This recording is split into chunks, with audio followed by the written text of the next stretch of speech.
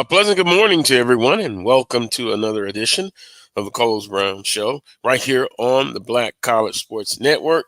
Yours truly, wishing you a very happy Saturday and weekend.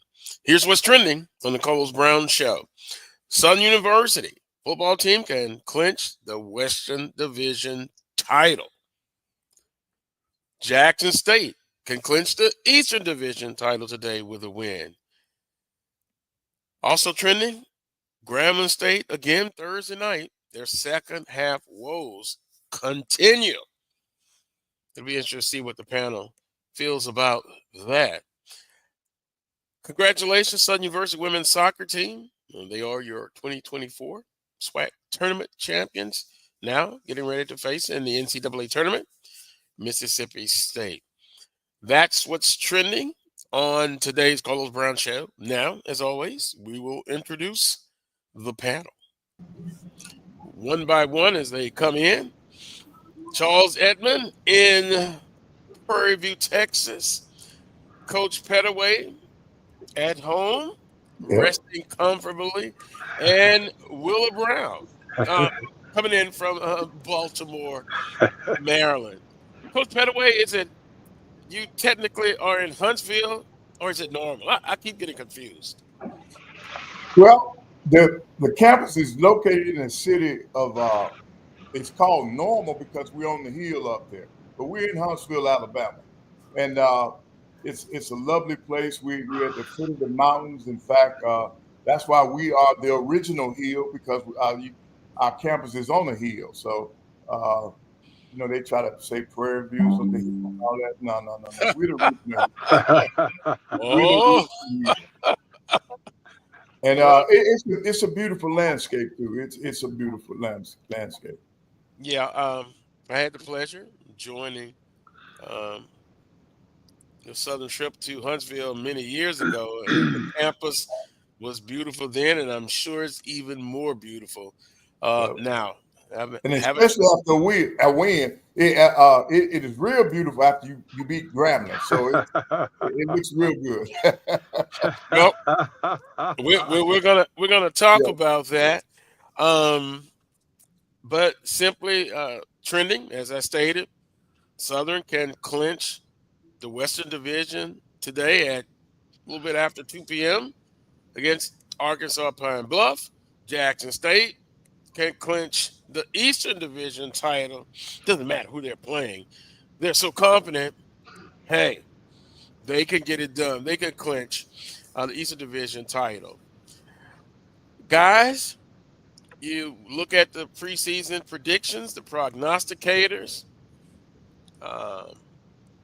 They had Alabama State winning it in the East. They had Alcorn State winning it in the West. And it doesn't look, although there's a slight chance for Alabama State, it looks like the prognosticators got it wrong. Your thoughts, panel, on this showdown Saturday or clinching title Saturday for Jackson State and Southern University? Well, to me, it just shows you what maybe the prognosticators don't know.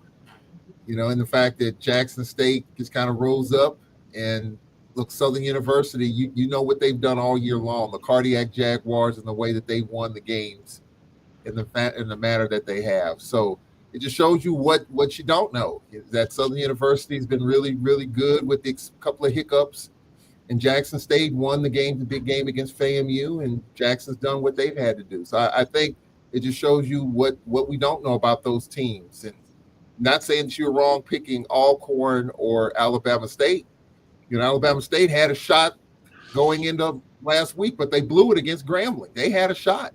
They had their one window of opportunity when, obviously, when Florida A&M lost last week. If they beat Grambling, then that game today is for the Eastern Division. But it didn't happen, and so therefore Alabama State's on the outside looking in. But it just shows you, I think probably the better two teams overall as you look at the season. Those predictions were made in July. You don't know what's going to happen come August, September, October, November. It just shows you the teams that rose up and won the big games are the ones that are in position to win the division.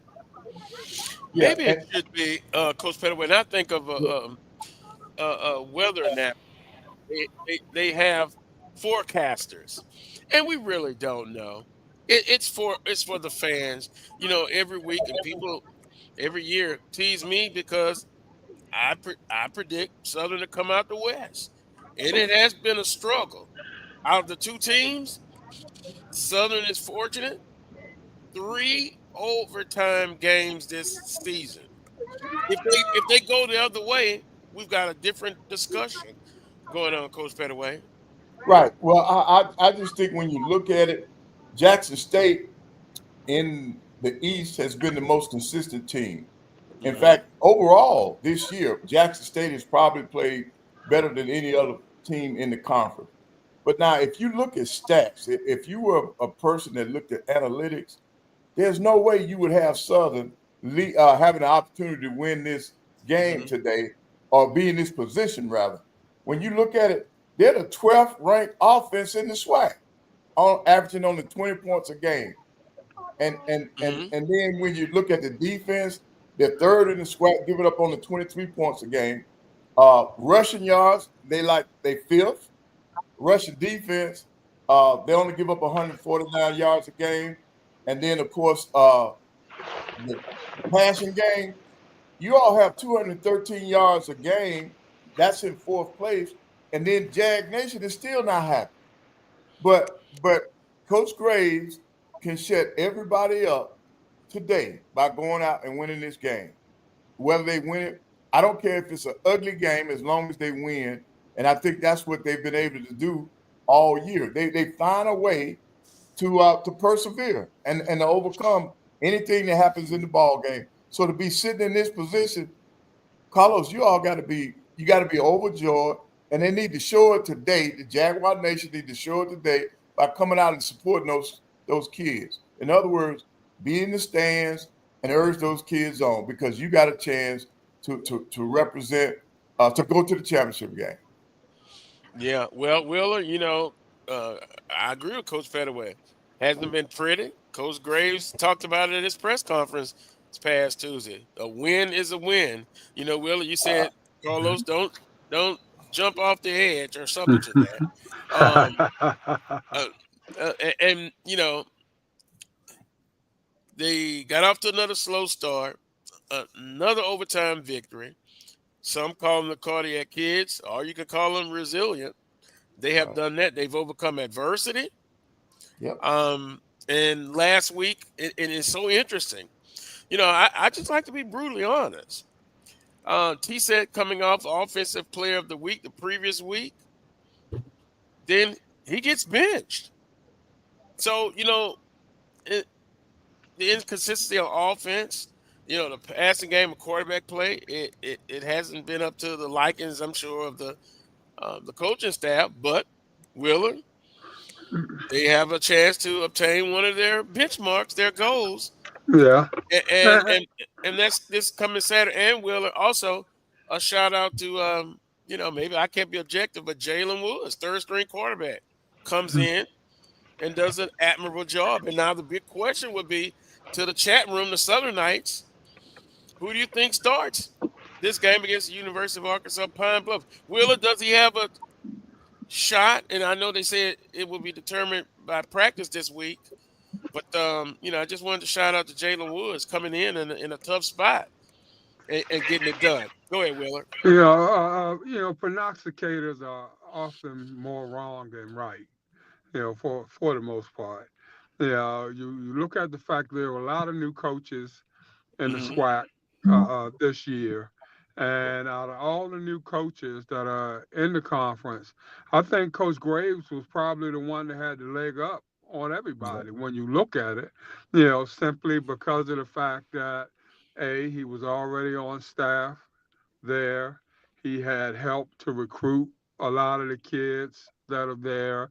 So the transition was a little bit more seamless for him, I think, than it was for, maybe a few of the other coaches. But I mean, you got, like I said, you got a bunch of new coaches in the league. Somebody got to lose. Yeah. And, I mean, it's just been a thing where, Southern has gotten hot at the right time. Coach Graves has pressed the buttons that needed to be pressed. You know, he's gotten on people that needed to be gotten on. He's made changes when changes were necessary. And, you know, as far as who the quarterback is going to be today, you know, he's going to go with the hot hand. You know, he's seen what happened in practice all week and, you know, ready to, you know, make his move, you know, from there. And, you know, so Southern has earned, you know, everything, every step of the way. So they're not backing in by any means, you know. And you know, I picked Jackson State in the East, you know, at the beginning, you know, simply because I just felt it was TC's time. You know, it was time for him to get over the hump. I felt he was a little bit more experienced and a little bit more in tune than the guy at FAMU. You know, even though you can probably say FAMU may have had more horses in the stable or what have you, but I just felt, you know, it was TC's time to get out from under the shadow. He had done everything necessary in order to do so. You know, he was quiet. Everything was low key. You know, his kids just showed up and they play. You know, ain't a whole lot of talking and a whole lot of this, that, and the other. They just get it done. Bring the hard hat. I thought this was a transition year for Jackson State. I mean, TC Taylor talked about it at Media Day. 6 new coaches, you know, all the new players being, you know, acclimated into the system. You remember when he came in, he lost over 50 players, you know, through the technical report and all of that. So that takes a little time to marinate and develop. So I thought this would probably be the get over the hump year. And then next year, I felt like Jackson State would be ready to rock and roll. But, you know, for him to do what he's doing right now in this particular year, and he's won the games that he needed to win as well, you know, some tough games. So I think that, you know, Jackson State is doing what they're supposed to do as well. And to me, the question is the teams, did Southern University excel more than what we expected? And did Jackson State excel based on just the predictions, based on what we were told at Media Day, based on everything? Did they overachieve, or did the teams like Alcorn or FAMU or Alabama State, did they underachieve this year? And this is going to be a tough one for Jackson State today. Make no more bones about that. You know, Alabama State's going to be prime for bear. You know, there's no doubt about that. And they've had Jackson State's number here the last few years here, if I'm not mistaken. So, you know, you can't go into Montgomery and just roll over. You know, they're going to have to go in there and take this thing outright. You know, and that's interesting, Charles. Also, Wheeler. Yeah, it's going to be a slobber knocker. This afternoon, I hadn't used that term in a long time. I mean, it could be back and forth, but we'll have our predictions. But I will just say this: JSU offensively, they have been methodical. They have been a machine, whatever adjective you want to use, and they have been the most consistent team. And the record shows it. Charles, you mentioned Alcorn. I don't know if I would say they underachieved, but I guess if you look at the prognosticators, they picked Alcorn State to win it in the West, and I disagree with that. So, but I don't know exactly if I would say they underachieved. I thought they were kind of where they are. You know, I thought quarterback play, as we talked about with several of the teams coming in, how consistent will the offensive play calling and the quarterback play be? So I kind of think they may be right where I thought they would be in the hunt, but I didn't have them winning it all. But you know, Carlos, Carlos, you don't lose a guy like Fred McNair and expect it not to have a major impact on the program. Well, you know? And so I kind of think there might have been some residuals there, you know, in terms of going from the old to the new or what have you. Yeah, but I mean, and who knows? Was that a championship roster? I don't know. Well, help me out, Charles. Cedric was on the staff, just like Coach Graves. Yeah. Cedric Thomas was the fan favorite. There's no doubt about it. Our president, Dr. Tracy Cook, said if McNair did not return, he had already his pick, which was going to be Cedric Thomas. We already knew that the defense was going to be pretty good going into this season. The question was going to be, just like a number of teams, what the quarterback situation was going to look like. Now, coming this season, Tyler Mako was supposed to be the guy, but you got a new offensive coordinator in Jermaine Gales. Although Cedric Thomas said Mako was the number one quarterback going in, obviously some things happened, some things changed to where Xavier Vann has become our quarterback, and Mako has been the 1A, if you will. And Xavier Vann has had some good moments, but Xavier Vann has lost 2 fumbles late in the first half in games, which has hurt us. Alabama State, Grambling, the game with Texas Southern last week. And our fans, just to be perfectly honest, even though we won last week, our fans have not been enamored with this offensive scheme that we have, led by offensive coordinator Jermaine Gales. They have not been enamored with Xavier Vann at quarterback. He's done some good things. He's had 3 100-yard rushing games this year, but some of the untimely turnovers and just the mistakes and the reads, they haven't been enamored by it at all. And so, but at the same time, we've won some good games, but we've had some tough losses. The fourth quarter against Southern University, the Alabama State loss in Mobile. Probably the Alabama State loss was the one that probably hurts the most because we were kind of right there. We had the lead in the fourth quarter and we let it slip away. But, for the first year, I think you can make a case that it has been a pretty decent year. But I think when you look at the talent, fans look at the talent, fans look at our quarterback play, fans look at Tyler Macon, fans look at the big run he had against USM last year, and they expected this dynamic offense, and it's had its starts and stops. And so I think that's where Braves fans are still frustrated, even though we won last week. And it's even more frustrating the fact that we're kind of out of the championship race right now. If Southern wins, they win it. If we lose, Southern doesn't have to win today.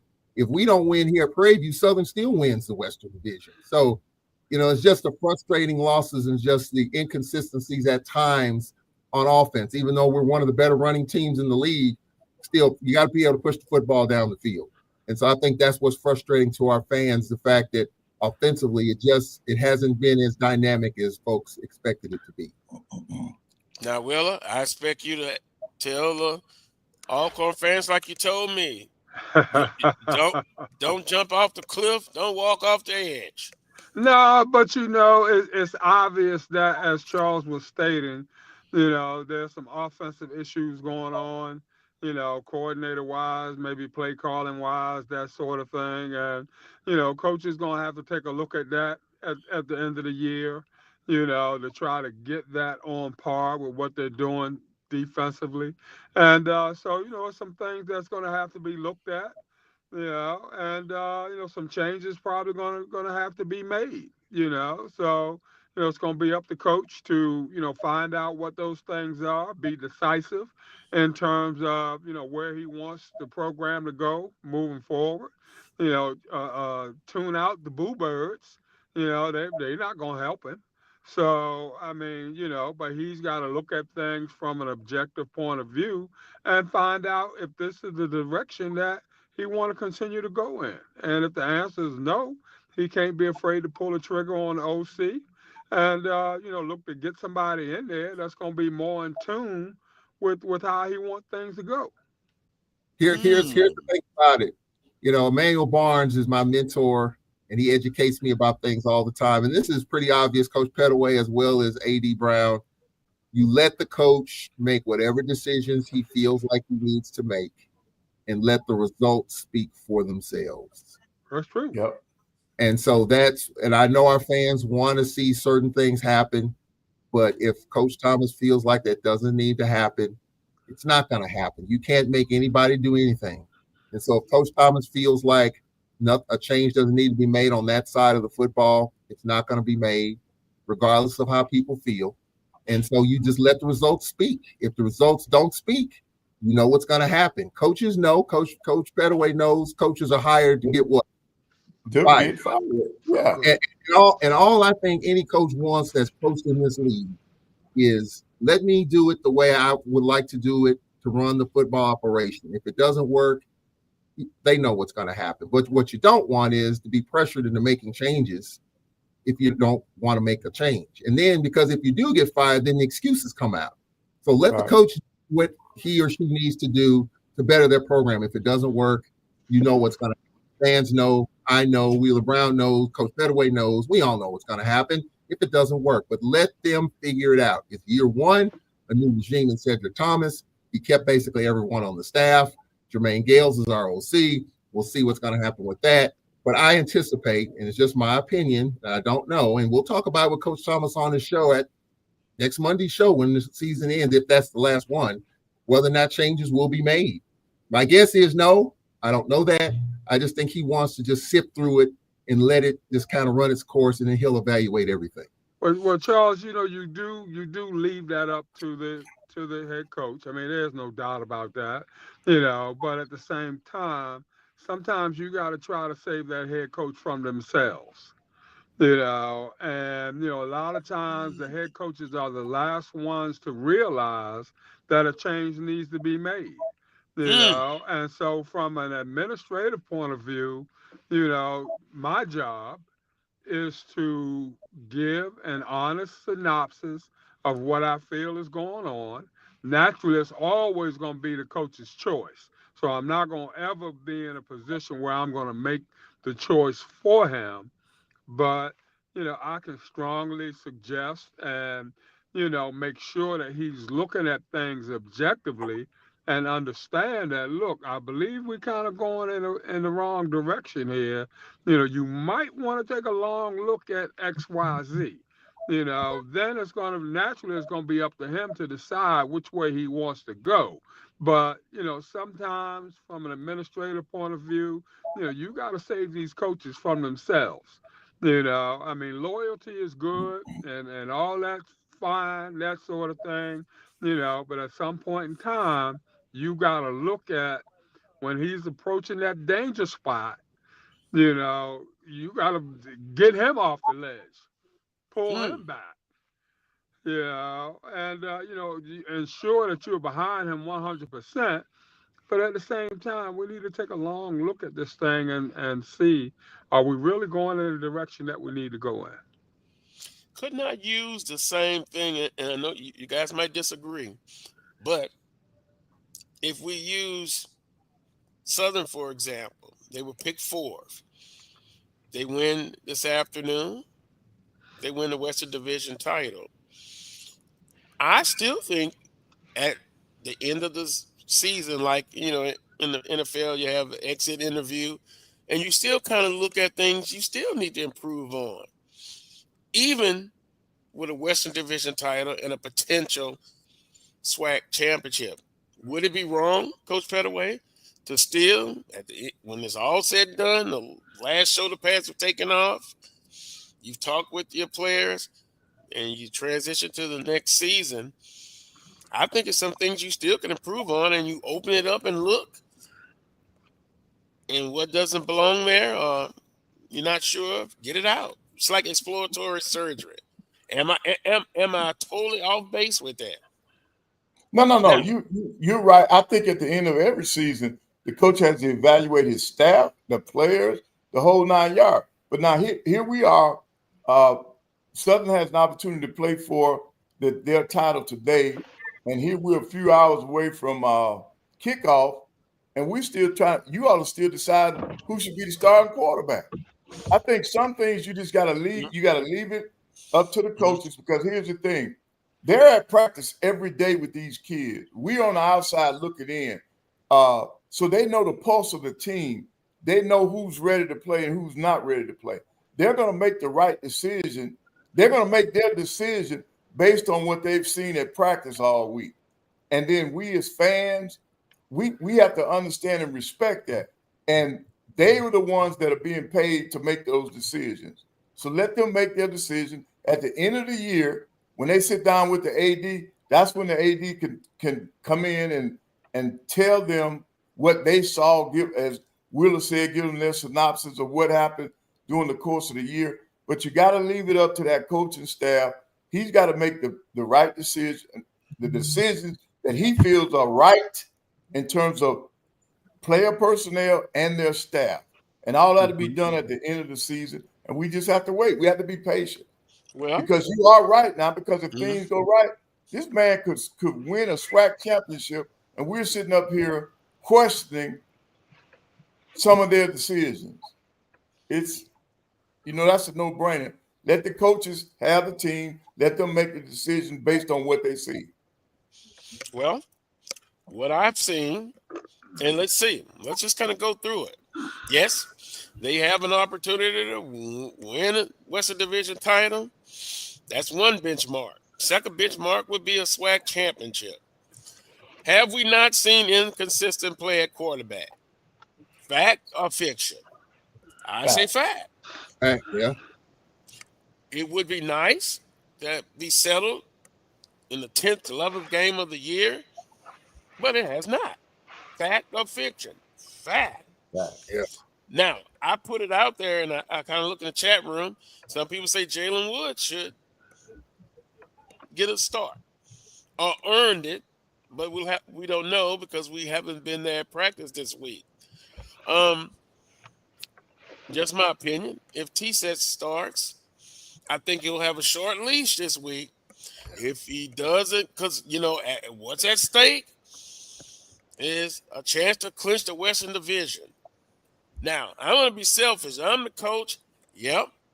I base it on practice during the week. But two things. I know I have an opportunity to get it done.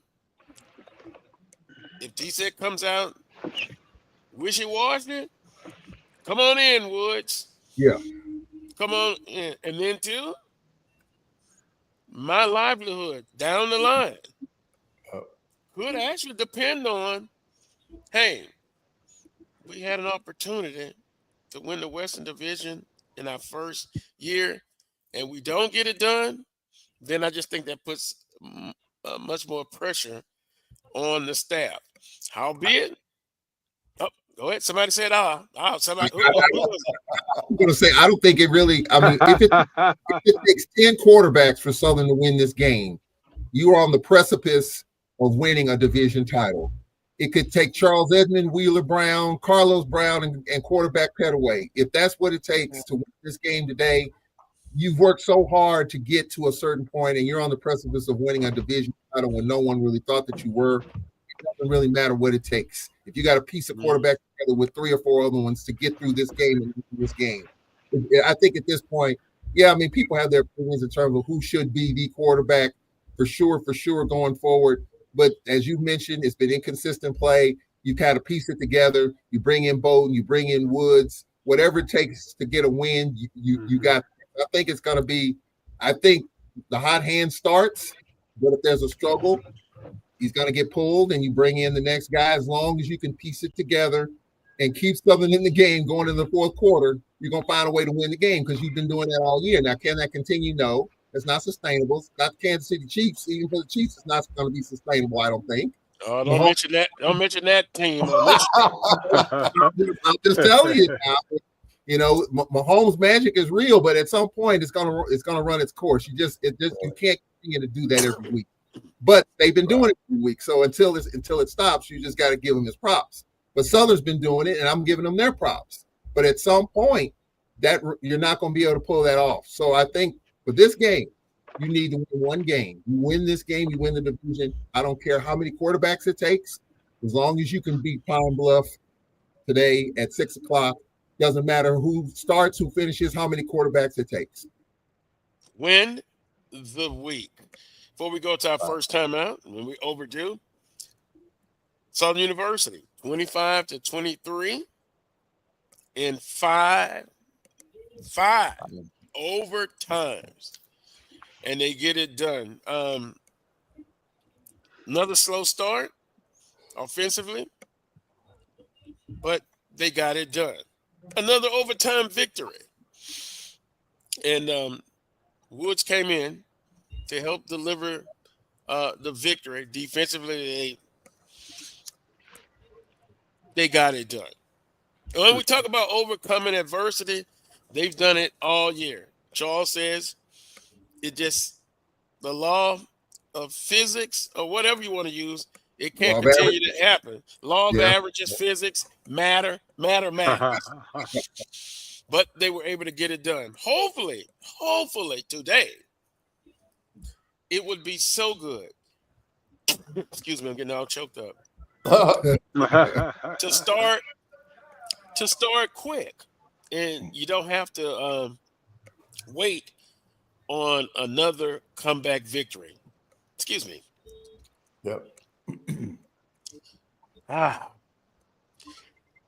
Now let's see if I can continue. But when Don't you be look too at, emotional, Carlos. oh, I'm never emotional till the clock says 0-0. But you have a right to be, though, Carlos. If Southern gets it done, considering everything, it's no better feeling. I mean, not saying it's going to happen. Of course, we're pulling for Mr. Hagens and UAPB to keep us in the conversation for yet another week. But Southern has overcome a lot and just dealing with a lot of darts. And for you to hoist that division title and play for championship, that's something special. I have to say, it's not done yet, but you're very close. Yep. Win the week, one game at a time. Xavier T-Set was 8 of 18 for 111 yards. Jalen Woods, 5 of 10 for 53. They relied, and we've seen this all year, they've relied on their running game. 130 yards for Kobe Dillon, 90 yards from Kendrick Grimes, and leading the way defensively for the Jaguars was Vincent Page Jr., a junior college transfer who has become a leader and a very solid player. Last couple of stats here, then we'll take a timeout.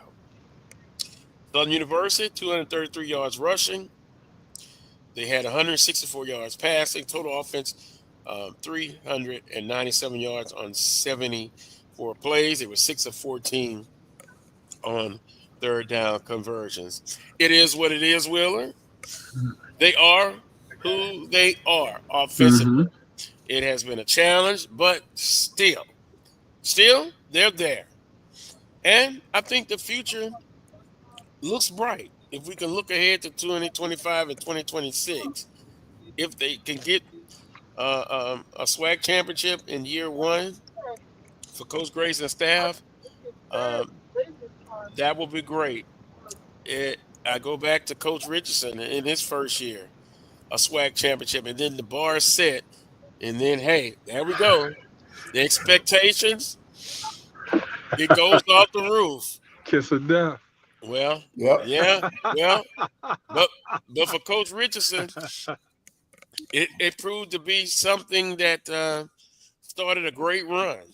So you can look at it two ways.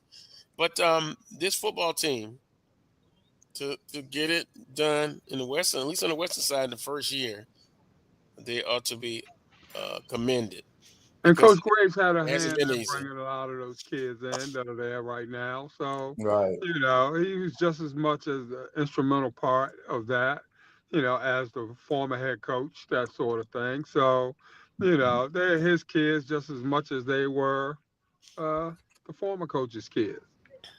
Yeah. And speaking of former coach, we'll get into it a little bit later. It was tough in Grambling State. Another second half collapse. And I said another, not one, not two, but another collapse. Now, Charles, don't get choked up, yeah. As a Grambling alum, and boy, yeah, I am choked up. Did you see the look of Mickey Joseph on the sideline at the end of the game? It's like, Yep. Damn, another second half collapse. Yeah. Simply put, you have to finish. Mm-hmm. I learned to finish games. Game is two halves. Focus, fundamentals, and finish. You're right, Edwin. When we come back, we'll take a look at that dynamic duo of University of Arkansas Pine Bluff, and also a defense that's near the bottom in the conference. Somehow, we're hoping that it won't come down to another overtime victory for the Jaguars. A lot is at stake. Can they come out fast? Can they come out fundamentally sound? Can they not have unsportsmanlike penalties. If I'd had hair, I'd pull it out after week 2. But in spite of all of that, the goals are in reach. You're watching the Carlos Brown Show right here on the Black College Sports Network. We shall return. Looking for the ultimate cultural experience of 2025? The Zora Outdoor Festival of the Arts is where you need to be. From January 31st to February 2nd, Eatonville, Florida will come alive with incredible live performances from the Lavert Experience and Sunshine Anderson. Immerse yourself in interactive art. Take a journey through history with a new virtual tour app that brings Eatonville's legacy to life from your phone. Enjoy family-friendly STEM activities and explore over 80 unique vendors. Please don't miss the unforgettable R&B tribute to the legends. This is more than a festival. It's a celebration of Eatonville's rich cultural heritage. Visit zorafestival.org for tickets or to become a vendor.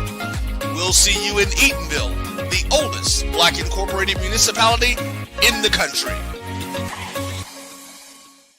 If you think all pads are exactly the same, think again. This is Always Ultra Thins reinvented with the Always Triple Protection System. This pad wicks gushes 90% faster, absorbs even more so you can feel dry, and locks odors in. Rethink your pad for up to 100% leak-free and odor-free comfort with the totally reinvented Always Ultra Thins.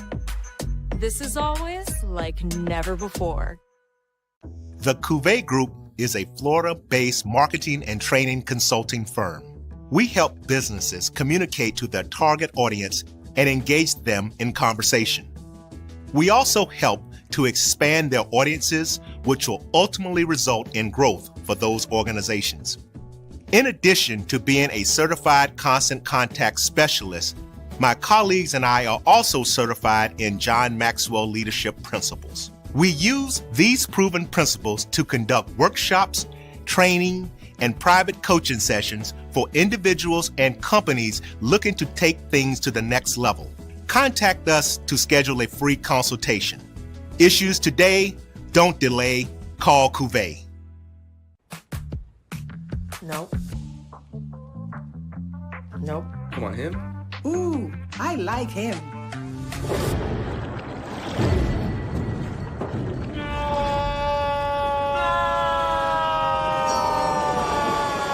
Quick, the quicker picker-upper. Bounty picks up messes quicker, and each sheet is 2 times more absorbent, so you can use less. He's an 8. He's a 9. Bounty, the quicker picker-upper. This is Brian Fulford. AD Drew and I are co-hosts of the BCSN Sports Wrap. We talk about all things related to HBCU athletics. From the games, teams, coaches, and fan interest stories, we cover it all. You can find our shows on Facebook at BCSN Sports Wrap, YouTube at MyJBN Online, and everywhere you listen to podcasts like Anchor, Spotify, Google, and Apple Podcasts. You can also find the show on the Jericho Broadcast Network's app. Make sure to download. We look forward to you joining the conversation and being a part of the show.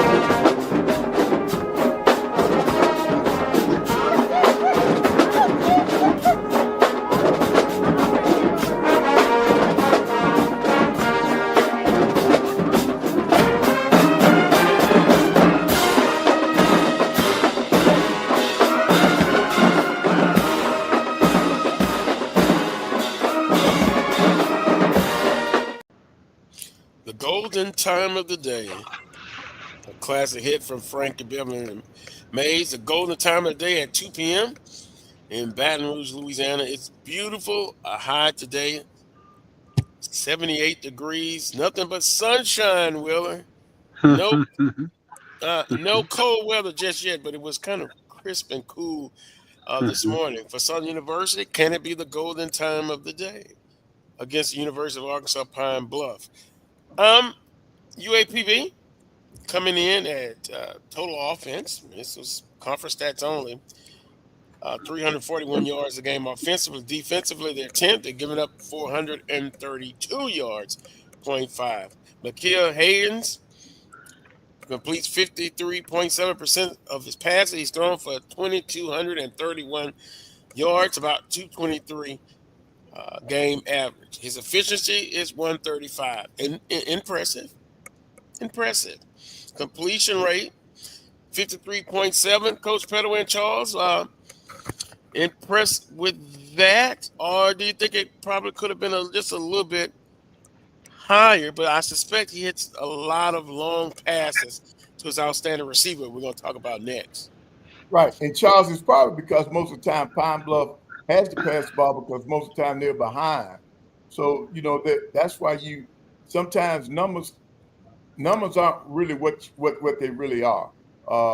When you're behind, you're not going to run the football. So all they're doing is passing the football because they're behind. But I think out of the two games today, Southern has the easiest path to the championship because Alabama State is not just going to be a cakewalk for Jackson State. But if Southern plays, if their defense comes ready to play, I don't think they're going to have a problem with Arkansas Pine Bluff. I think that if Alabama A&M can score points on Pine Bluff, so can Southern, because I think Southern has more of a balanced attack. You can run the football on Pine Bluff, you can pass the football. Southern has more of a balanced attack. So I know the Jags will be ready to play. And I just think they just got to, in that locker room, before they hit that field, they got to understand what's at stake. If they understand what's at stake when they hit that field, I think you all will be okay. And I don't care if it's another overtime game. As long as you win, that's what's important this time of the year.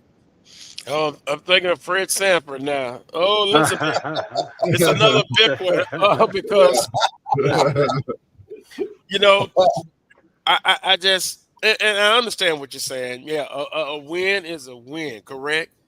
Yeah. No matter how you get it. But boy, it sure would be nice to say by midway of the third quarter. Got it in the bag. Yes.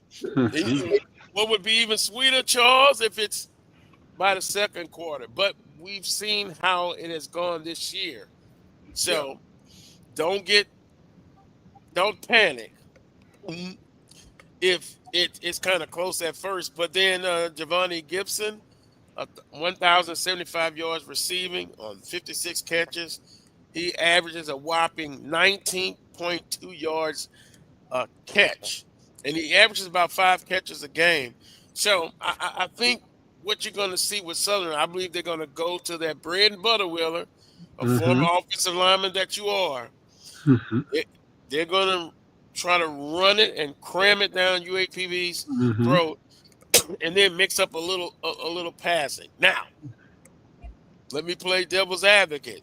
If they're not able to run the football like they're accustomed to, then it would depend on play calling and then the passing attack. And that's why I'm putting it all on the offense today. The offense has to perform well. And the short intermediate game has worked well for them.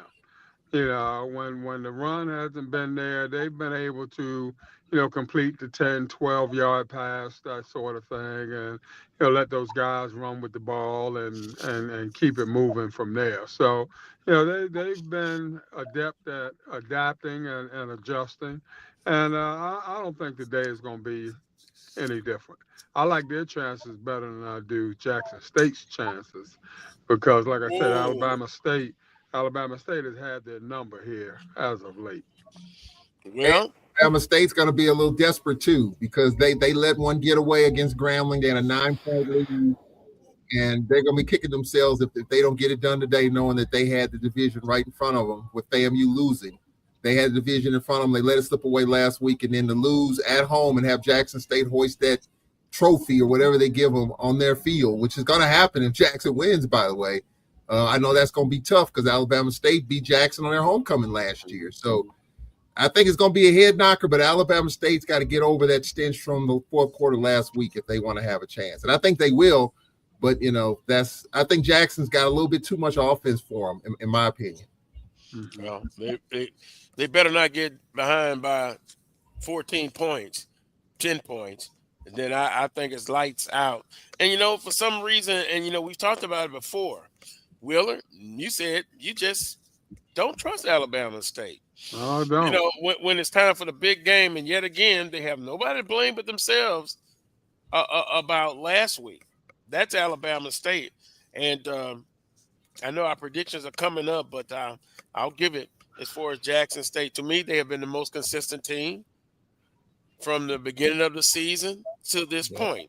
And I don't change my mind a bit with that. So I guess if we talked about predictions, we can do it for a Southern University. And I got the fans' perspective that I didn't talk about last week. But quickly, Coach Pettaway, you like Southern against UAPB? Yes, absolutely. Coach Graves all the way. He's going to find a way. Yeah, Coach Graves, I'm a Graves fan. Outside of Connell Maynard, Graves is my coach in the SWAC. Yep, I like what he's doing, and he has everything in front of him. They're gonna win it. I got confidence that you all will be victorious today. Charles, you have this look about probably Southern, but is there a but coming? Oh yeah. Absolutely. You are 1,000% correct on that one, buddy. Folks, how we do that? I know it. The Braves aren't out of it yet. And the Braves aren't out of it yet. Come on, Higgins. Come on, Coach. Get them. I'm talking about UAPB. Of course, the only chance we've got is if Pine Bluff wins this game. And you were talking about UAPB. They're a team that can score some points, and I was on the Higgins bandwagon, and you slowed me down and said, let's pump the brakes on UAPB. This was October the 5th on our homecoming. Since then, it's been a struggle. I'm going to go with UAPB in this game just because of the fact I'm trying to keep the Braves alive. That's exactly wow. Who pays his salary now? Now the name on this keeps my lights on every last working day of the month. So yeah, I'm going. In order for that to happen, I'm trying to keep the Braves alive. And the only way the Braves can stay alive is if UAPB wins the game today. So I am going with UAPB today. And this is one of those games in which a big home game for Southern University. They found a way last week, and I'm going with UAPB. I think they score some points. They force Southern to play 4 or 5 quarterbacks and find a way to put it together offensively. I don't think it happens today. I'm going with UAPB. Keep the Braves alive. Somebody's in the alternative universe. Oh my, Wheeler, I'm almost speechless. Charles, I empathize with you. One of them. But I got to go with Southern today by 10. Yeah. I think they put it all together, and they roll. They roll today. Well, here's the fan perspective. And JJ sends it to me every week, and I think he's spot on every week. Bear with me. The fan's perspective, cardiac cats, is such a cliche. But the 2024 version of Southern University Jaguars is defined as such. 3 overtime games in 1 year has to be a record. This Saturday, the team picked to finish 4th in the West SWAC division can wrap up a Western Division championship with a win as they host the University of Arkansas Pine Bluff Golden Lions at Mumford Stadium. Here's my outlook. And here's where it gets interesting. Offense, the quarterback carousel continues into game 11. That's fact. Yep. That's fact. Will it be T-Set or Woods? At this point, I feel it's a two-man rotation between the two redshirt freshmen. If coaches go with the hot hand, we should see Jalen Woods get his first start. Wow, first start with so much on the line, which I would love to see. However, if it's T-Set, I feel with so much on the line, he will have a very short lease if it's not going well. I would agree with that. Yep. Defense, the Dog Day D can prove that defense wins championships with a solid performance this weekend. They, along with the running game, are the most reliable features of this team at this point. Spot on again. Look for the Jags to apply pressure and try to keep UAP's quarterback from getting comfortable, which would mean trouble for the Jags. Chase him out of the locker room. Keep an eye on him. Hit him within the rules and make him feel the pressure. Special teams, again, as is the case each week, just give us consistency. No more, nothing less. With that being said, look for an inspired team to try to make this a complete game. Less drama. Jags must get consistent play from his quarterback, and the defense must do what it always does, make the lines one-dimensional. Take away the pass, which is their bread and butter. I see it going to the Jags and the Western Division Championship. Southern 31, UAPB 17. Mr. Carey said, SU, I have that playbook if you need it. Well, that's from the fans' perspective. And I thought it was spot on analysis. You know, Yep. take the emotion out of it, look at the facts, sprinkle in a little opinions, and you have it there. Nobody's on the edge. It's just that Southern fans, it's always high expectations. Wheeler, not everybody can coach at Southern. That's true. Not everybody can be in administrative athletics. It's a high-pressure cooker job. It Yes, is what it indeed. is, whether it's wrong or right, how you feel about it. But for those who like the challenge, they're there. But guess what, Wheeler? If no one cared, I kind of like the fan base that's just right there, brutally honest on you. I think that makes for AD and the coaches and administration to really say they really care. And not that other institutions don't. I'm sure at each school, Coach Pettaway, you have those type of fans at A&M, at Alcorn. But it's like spices in Louisiana. There's hot sauce, and then there's Louisiana hot sauce. There's a difference. It's just a little bit stronger there.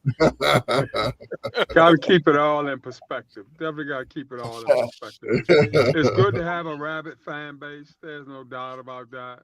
You know, but you can't get to the point where those fans are making decisions for your programs. Right. You know, you definitely can't allow that. You know, but you hear them, you understand them, you know, you sympathize with whatever it is that, you know, they may be coming at you with, that sort of thing. But, you know, at the end of the day, you know, you got to trust and believe in your system and your way of doing things. And, you know, you got to trust and believe in your coaches and, you know, their way of doing things. And, you know, you got to make those decisions accordingly. Yeah, like I've always said, Carlos, ain't but one button to sling at the end of the day. And that's yours. You know, so you can let other people make decisions for you if you want to, you know, but you're the one in the deep fryer. You know, at the end of the day, you're the turkey for Thanksgiving. So, you know, you got to decide which way you want to roll. That's why, you know, at Thanksgiving dinner, I guess the turkey or the ham or turduckling, Both. Yep. That's all three here: turkey, Yeah. chicken, and duck. But that's why it's in the center of the table. But boy, the fixings are also great too. So I don't want everybody always focusing on the turkey, but the turkey plus the fixings and dessert. It's a whole meal. Yes. And so if you're a little short in the fixings, then the turkey has to be outstanding. If the turkey's not outstanding, then the fixing's outstanding. So everybody is happy. Wheeler, I understand your point. Valid points from an administrative perspective. Coach Pettaway, from the coaching perspective, you got to love a rabid fan base as well. Right. Yep. The fans are, they create all the excitement. The coaches, you got to keep a level head. You got to make sure your team has a level head when you go out to play, because see, there's a lot at stake today for these two programs, for Southern and also for Jackson. The other thing, who's going to host the championship game if they both win? Where's that championship game going to be held? That's a big advantage now if it's at your place. That's a big advantage if it's at your place. Charles, it's a slight chance. Go ahead, Coach. Yeah, huh? No. What I was going to say, I was going to ask Charles. Charles, how do you see it? If both teams win today, who hosts the championship game? To answer your question, I do not know. I wish I probably should know, but I do not. I wonder, do they look at the matchup that they had during the regular season? Is that the determining factor? They played head up. Is that the determining factor? If that was the case, it would be in. I mean, I don't know. Right, I understand what you're saying. That part of it, I don't know. If they look at that, both of them. I mean, obviously, if Jackson goes undefeated, you would assume that they would probably host the championship game. But Jackson's got two tough traps. Alabama State is not going to be easy in Montgomery out today, and the Braves are not going to make it easy next week. So if you look at Southern's road, you look at Jackson's road. Jackson's got two tough road games, and Southern's at home, and then they got the Bayou Classic. So if Jackson goes undefeated, you would make an assumption here that Jackson will probably host the championship game. But if Jackson loses one, and then you got two one-loss teams that won their respective divisions, then you got to kind of go into that a little bit. Right. I have a good feeling though. My gut feeling said Southern will be in Munford East in Jackson, but I could be wrong. That's my prediction, but we shall see. I just don't like hoping, like Charles, like you did. You were hoping at UAPB. I'm a realist. I'm pragmatic. Yeah. You don't believe in backing into it. You believe in earning your way through the front door and not necessarily come through the chimney. You don't believe that. And I get it. I think we all get that. Charles, let me word it. You're close. You're close. It's just not a good feeling to have to depend on somebody else. Hey, anything can happen. I just don't see Jackson State losing two more games. But if it happens, I'll come and say I'm wrong. But I was wrong. But I just don't see it. They've been very consistent. Now, out of the two, I think the Alabama State game probably could be the toughest. But then on the other side of my brain, it's a rivalry game, the Soul Bowl. Anything could happen. But we'll see. Yeah, I mean, I understand what you're saying. You don't like to back in, and you don't like to rely on someone else, and I get it. And most of the time, it doesn't work out that way, where we got to rely on the Buccaneers to beat the Saints and the Ravens to beat the Steelers for you to get in the playoffs. It just doesn't happen that way. But sometimes it does. And if you're hoisting that Super Bowl trophy, does anybody care whether or not you backed into it? You're in the tournament. You're in the tournament. You have a chance to play for a championship. And I look at the back end of it. If I'm in, and yes, I didn't do my part, but I stuck around and kept myself to be in the best position possible to get in. And it just so happens other things happened for me to get in, and I took advantage of it once I got in. Like Texas Southern men's basketball last year. They were out of the tournament and they played their way in as an 8 seed and they won the whole thing. No one's talking about how they got in the tournament last year. They won the tournament. So, I mean, yes, for the Braves, yes, we got 2 tough games. And as G. Boom Holly just put out there, not going to beat Prairie View today. And we got a Panther team that eliminated Florida A&M last week, albeit Florida A&M lost 2 of their key pieces. But the Panthers got up off the mat, after losing 3 division games early on. So you just never know what's going to happen, and we still have a chance unless Southern University tells us we don't have a chance. And it's up to what Southern does. What we do, if we don't win today, it's over. But if we do, we got to watch and see what happens at Mumford Stadium.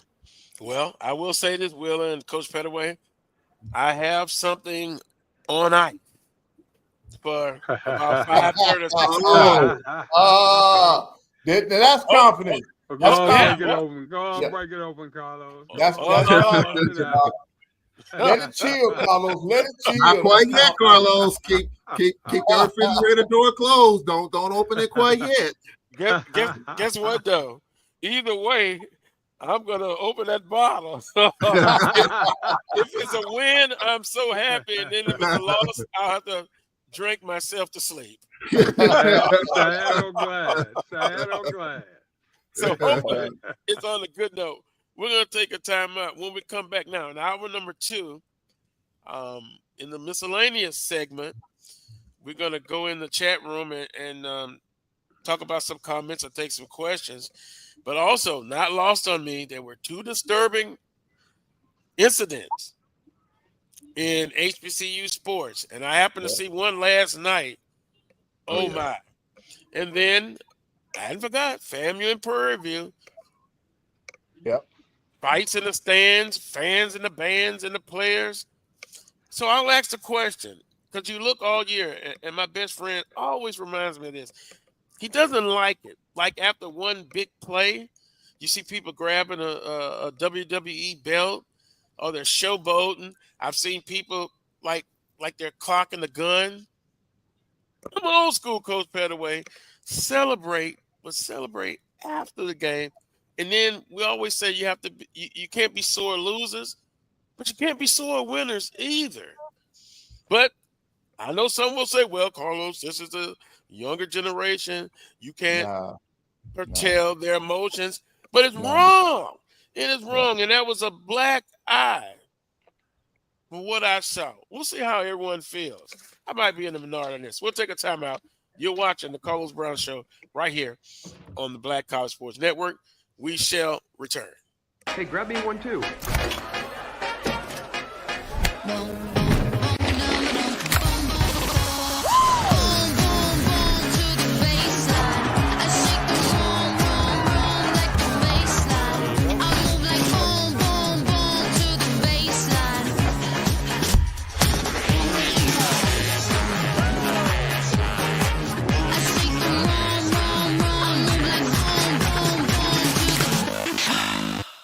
Ryan Fulford. AD Drew and I are co-hosts of the BCSN Sports Wrap. We talk about all things related to HBCU athletics. From the games, teams, coaches, and fan interest stories, we cover it all. You can find our shows on Facebook at BCSN Sports Wrap, YouTube at MyJBN Online, and everywhere you listen to podcasts like Anchor, Spotify, Google, and Apple Podcasts. You can also find the show on the Jericho Broadcast Network's app.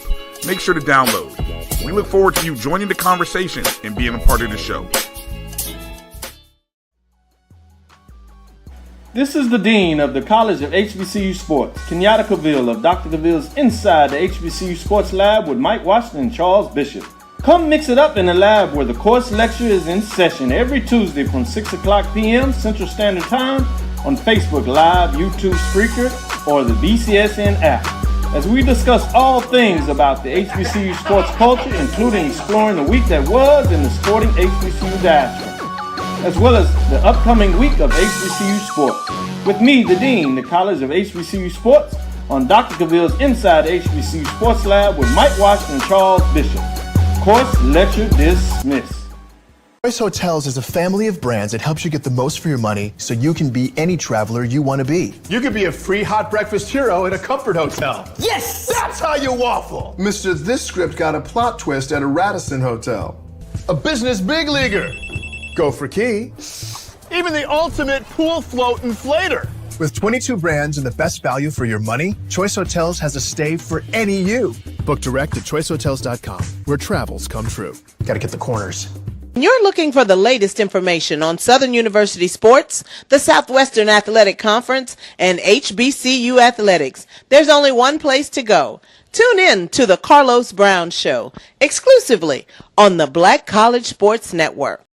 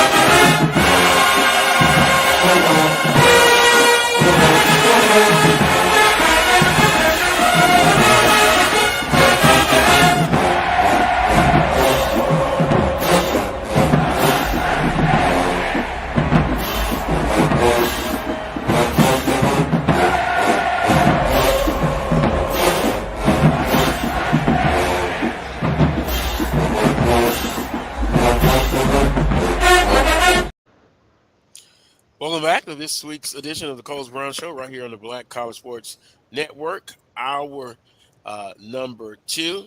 Please make sure you like, hit the thumbs up button, hit the notification button, and share the Carlos Brown Show and all of our shows on the Black College Sports Network. We appreciate the support and continued support. Spanning the SWAC. Last week, scores, Alcorn State. Hey, they found some offense, Charles. 42 points, 42-21 over Texas Southern. Prairie View A&M over FAMU, 31-12. That was shocking to some. FAMU lost a couple players with injuries, and of course, altercation after the game, which we'll talk about shortly. Grambling State squeaks out a 24-23 victory over Alabama State. Although we will talk about Thursday night game, Coach Pettaway. They had another second half collapse. It was Bethune-Cookman and Southern University, 25-23. Southern University in five overtimes. It was Alabama A&M all over Arkansas Pine Bluff, 52-24. And it was Jackson State over Mississippi Valley State, 51-14. Panel, those games from last week, which kind of stood out to you? For me, it was the Alabama State Grambling game. You know, we talk about the prognosticators having Alabama State. You know, I had said it all along after they lost to FAMU, all Alabama State needed to do since they found their offense with their freshman quarterback was for FAMU to slip up, and they did. But then they turn around and blow it against Grambling, blow a 9-point lead in the fourth quarter. And so, you know, that's what stood out for me. Alabama State had a shot and they blew it.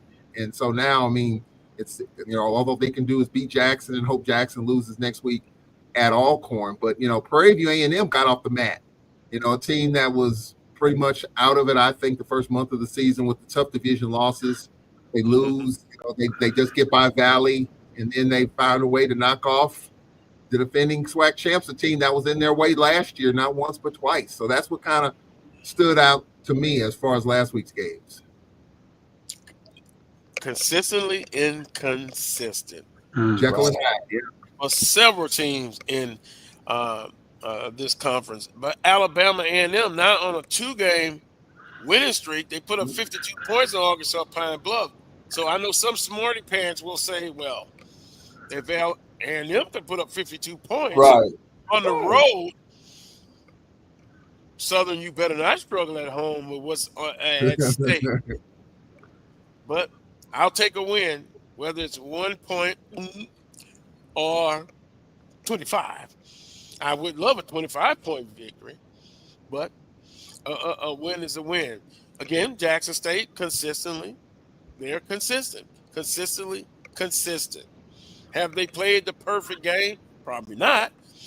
But they've played the closest out of the teams in the conference to that perfection, that perfect game. I was impressed with Valley for about a quarter and a half. Mm-hmm. Yeah, I thought they went toe to toe, and but you could see that they didn't have the depth that Jackson State has. They didn't have the horses that Jackson State has in the stable. But to me, I'm looking at it from a point of view. If we put some money in this program, we won't be the doormat. Right. We can be middle of the road, middle of the pack, and it really not take a whole lot to get there. So I mean, the coach he's a decent coach, but you can tell. I mean, it's a lack of resources, total. Mm. And I believe Coach Maynard his seat has gotten a little cooler now, maybe. But,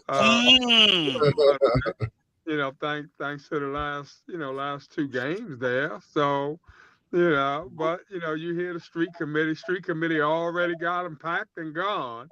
Right. And got the guy from Miles coming in. Oh, Wow. wait a minute. But that's Yeah. one I'm reason from the why outside looking in on that one. you don't listen to the committee. Because you never know what's going on in people's minds, that sort of thing. But I don't know the committee's batting average, but sometimes they're spot on, sometimes they're not. But you can't really pay that too much attention in the grand scheme of things.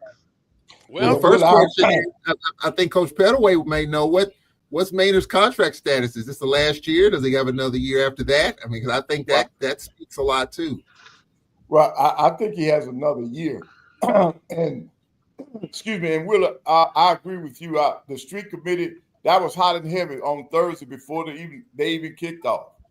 That street committee had Maynard gone and Shades, like they've already talked to him and he's agreed that if it opens, he's here. So I hear the same thing, and that's unfortunate. I don't like that.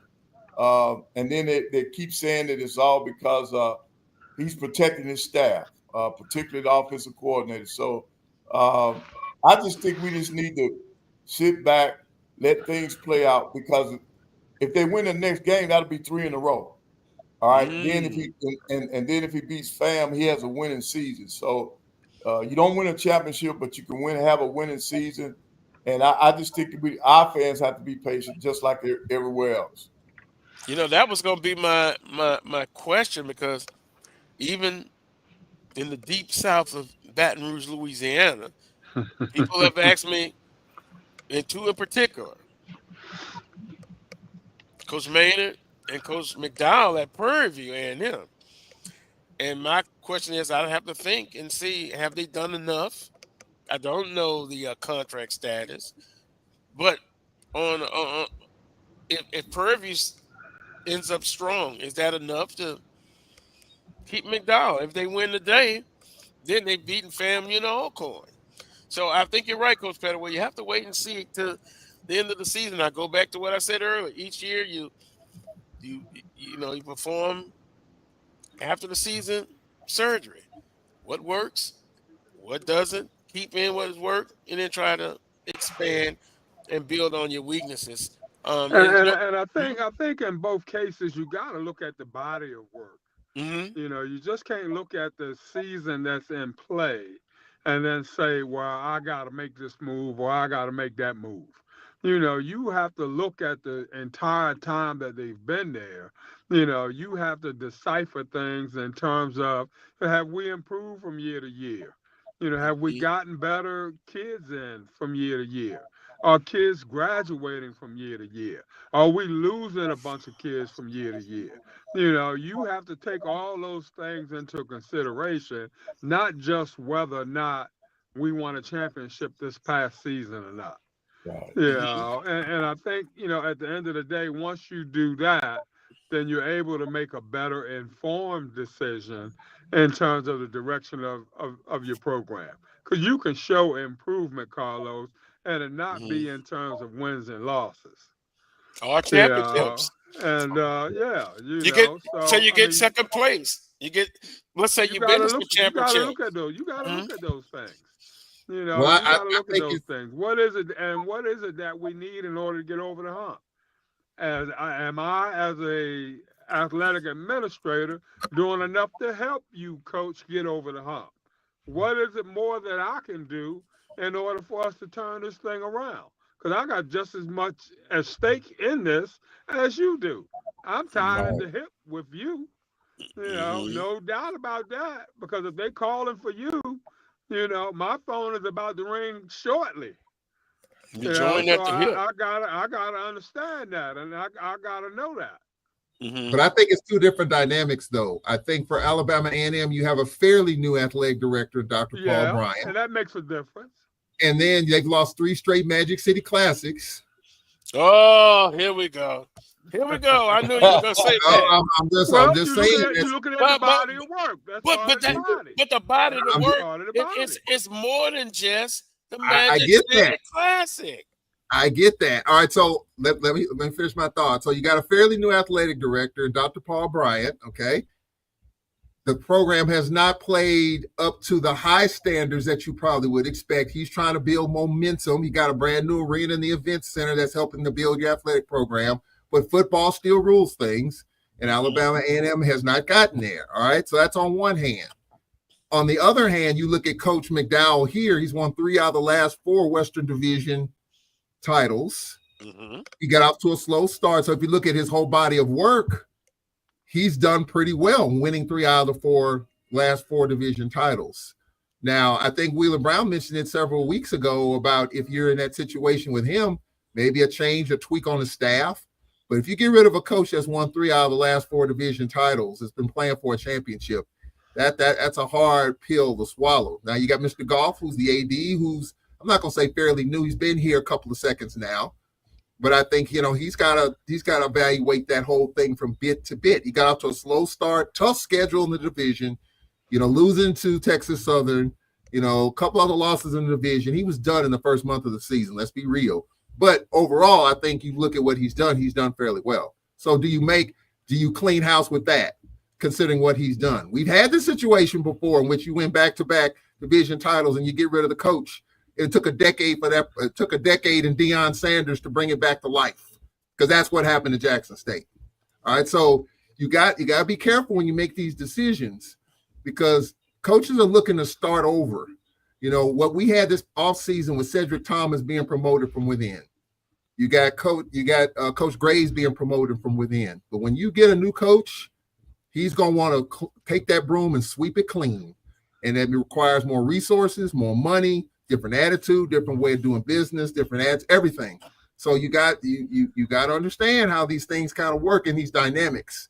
And so I'm just thinking it's 2 different dynamics, A&M and Prairie View, in terms of their coaching situations. Here's a dynamic. Mark this down. It depends on what is your criteria. You know, for some, what you just said about Prairie View, it's a no-brainer. If that's the way, that's your benchmark, that's how you feel football only, it should be, then it should be no discussion about changing coaches. But now, if your overall goal is to have a couple of championships in there, or at least one, I think we don't even have the discussion with Coach McDowell. But it just depends on what your benchmark is. And looking at the body of work, well, division titles should afford him some more time. Yeah. However, the dynamics have changed in sports. It's what have you done for me lately? And we've seen it all across the board. Now, can our institutions be in that same category? Probably not. But at the end of the day, they're going to have to make the best decision for the athletic program.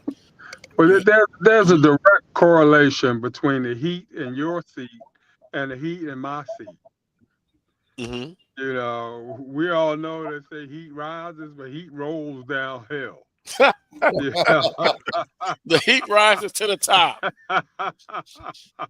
You know, so I mean, from the AD's point of view, in Dr. Bryant's case at A&M, he could make a change and not, get any flack about it, that sort of thing. Mm-hmm. Gave Coach Maynard a chance. Time for me to get my guy in, somebody that I'm going to be truly tied to the hip to, that sort of thing. Let's move forward. In terms of the guy at Prairie View, like Charles said, he won 3 out of the last 4 Western Well, I stand Division corrected. titles. I stand corrected, Coach. I see the groups, and I've looked that up. Only one division title, but still, I think that there's enough there to where if you're talking about cleaning, and I apologize for that, that's my mistake. But I think if you look at what he's done overall, I think he deserves to continue, because again, it's not easy to start over as a coach. We know in anything in life you got to start over sometimes, and that does happen. But I think in our cases, in this case, are you ready to gut it and think that you're going to be right back up there, starting over, picking up where it left off? I don't know. I think that's why presidents make the big bucks. That's why ADs make the big bucks. And that's the question. That ultimately, Charles, as you stated, that's the question that needs to be answered. Can you afford a few down years in your quest to try to get over the hump? Or do you stand pat and try to keep it moving and try to get over the hump with the person that you have in place? But you have to ensure yourself as an athletic administrator that you've done all you can to help that coach get over the hump. You gotta feel good about that part, about that aspect of what's going on, regardless of what you decide to do. Did I help this coach as much as I can to get over the hump? Did I provide him the things necessary to get over the hump? The whole 9 yards. And if I can answer that question and say yes, and we just didn't get it done, then maybe I might have to look at making a change. But if the answer is no, and I didn't give him the resources necessary to get it done, then I mean, you got to feel a little funny about letting a guy go, knowing that you did not do all you could in terms of helping a guy be successful. Well, Prairie View's not trending downward either, guys. I mean, Prairie View is still, if you rank the teams from 1 to 12, Prairie View A&M football is still one of the top 5 teams in the Southwestern Athletic Conference from 1 to 12. They're right there. And so I think, again, if you decide to make that change, go right ahead, but it doesn't necessarily mean that, I think Southern basketball is a classic example how things have kind of stayed where they are, improve a little bit. When Coach Kevin Johnson coming in, taking over that program, Southern still is a top 4 program, even after year 1 of Kevin Johnson's regime. But that doesn't always mean it's going to happen that way. Are you prepared to take some steps back before you take 5 steps forward?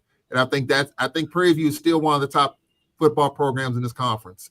So if you decide to make a change, you have to be willing to take everything that comes with that, because you might take a half a step back, which fans might not exactly like. Well, they're not, and I don't know if I can speak for Prairie View fans. I know Dr. Cavill is an alum. From a resources standpoint, from the outside looking in, Prairie View's got it.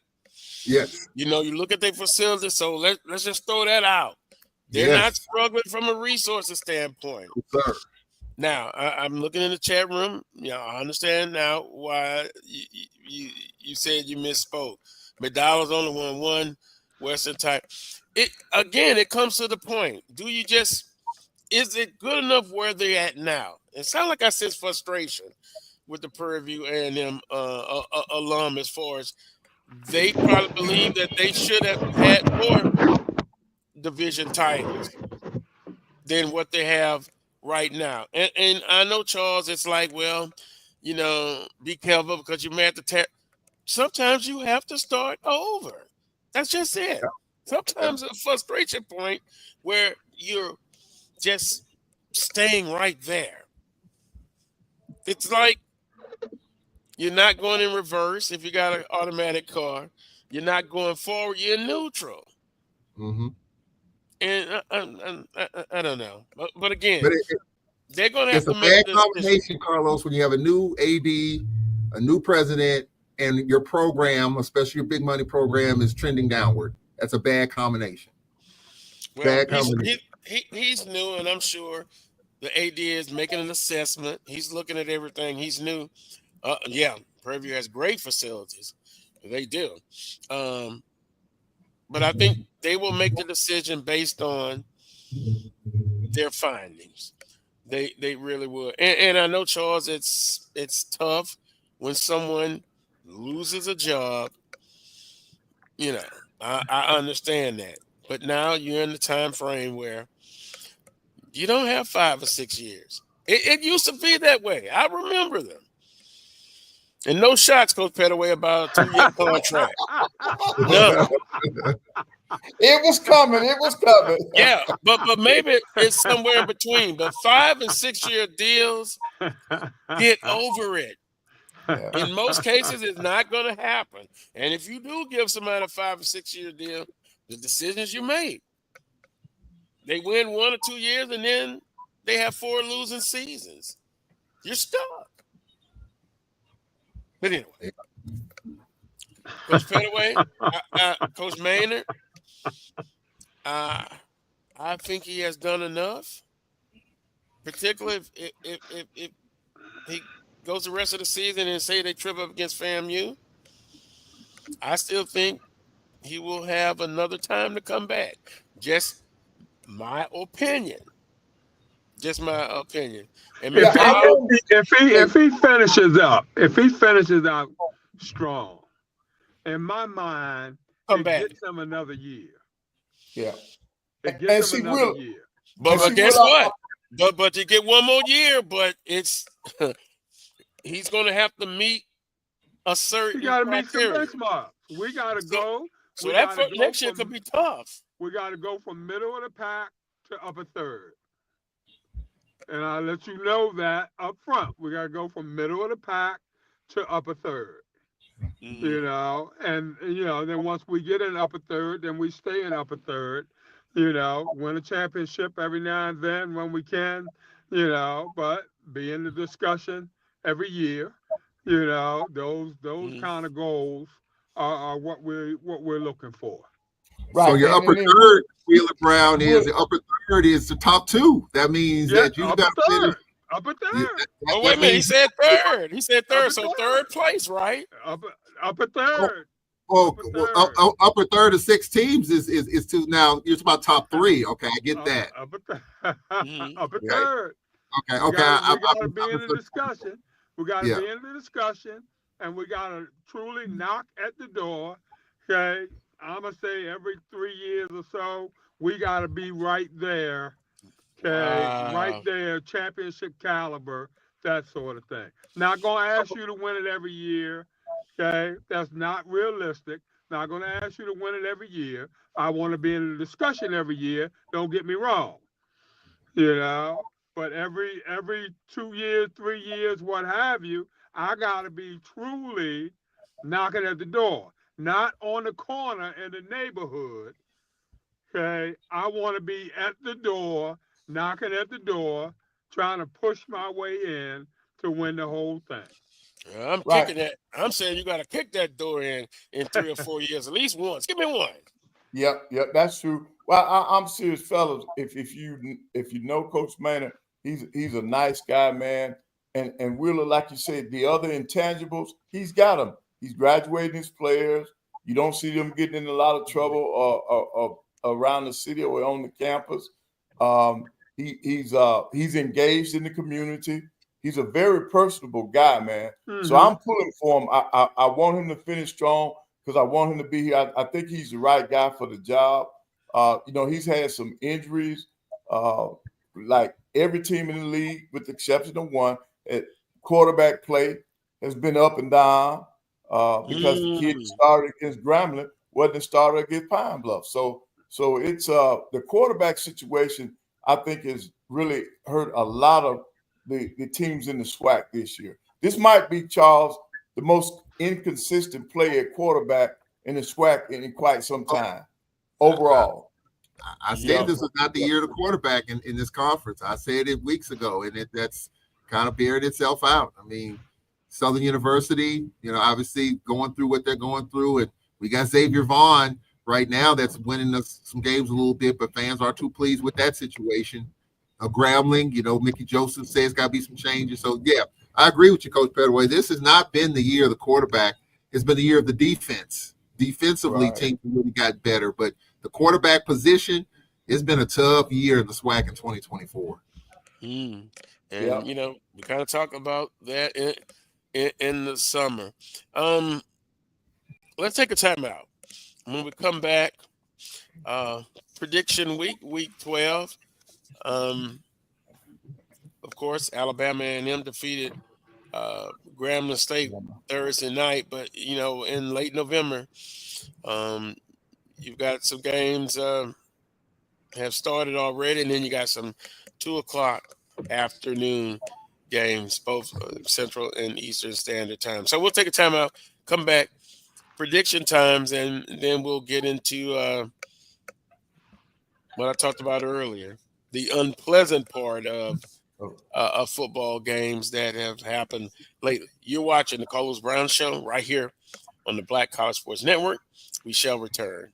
Choice Hotels is a family of brands that helps you get the most for your money so you can be any traveler you want to be. You could be a free hot breakfast hero at a comfort hotel. Yes! That's how you waffle! Mr. This Script got a plot twist at a Radisson Hotel.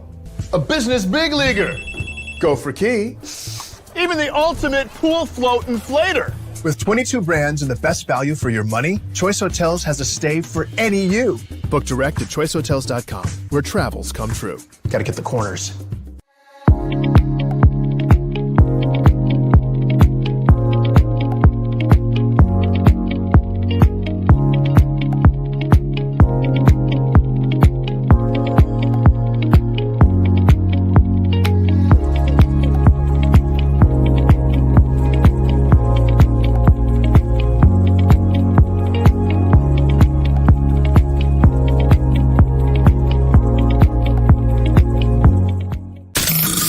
Human Voice has always connected audiences with experiences. Major brands all across America have trusted Cover's Voice time and time again.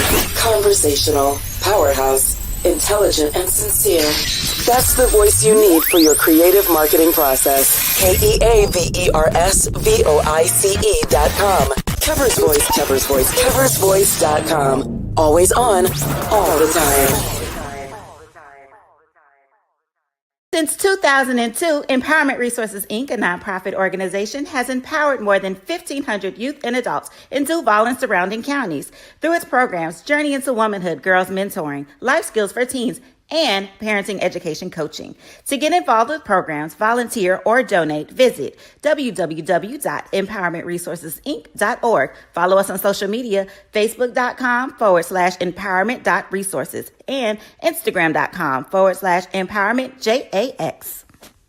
Troy, you work here? I'm never not working. Like Head & Shoulders Scalp Shield technology, up to 100% dandruff protection, even between washes. Never not working.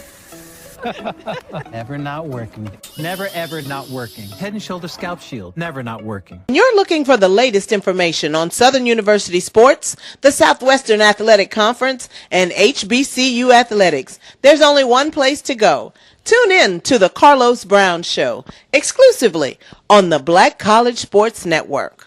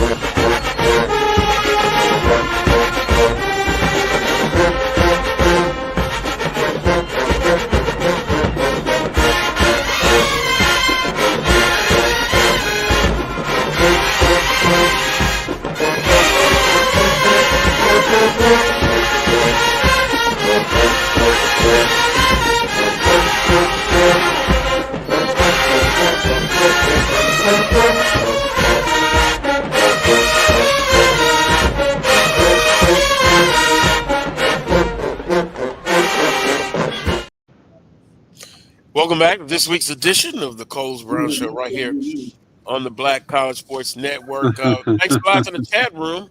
FAMU and Valley, they've started 7 apiece. Richardson is playing.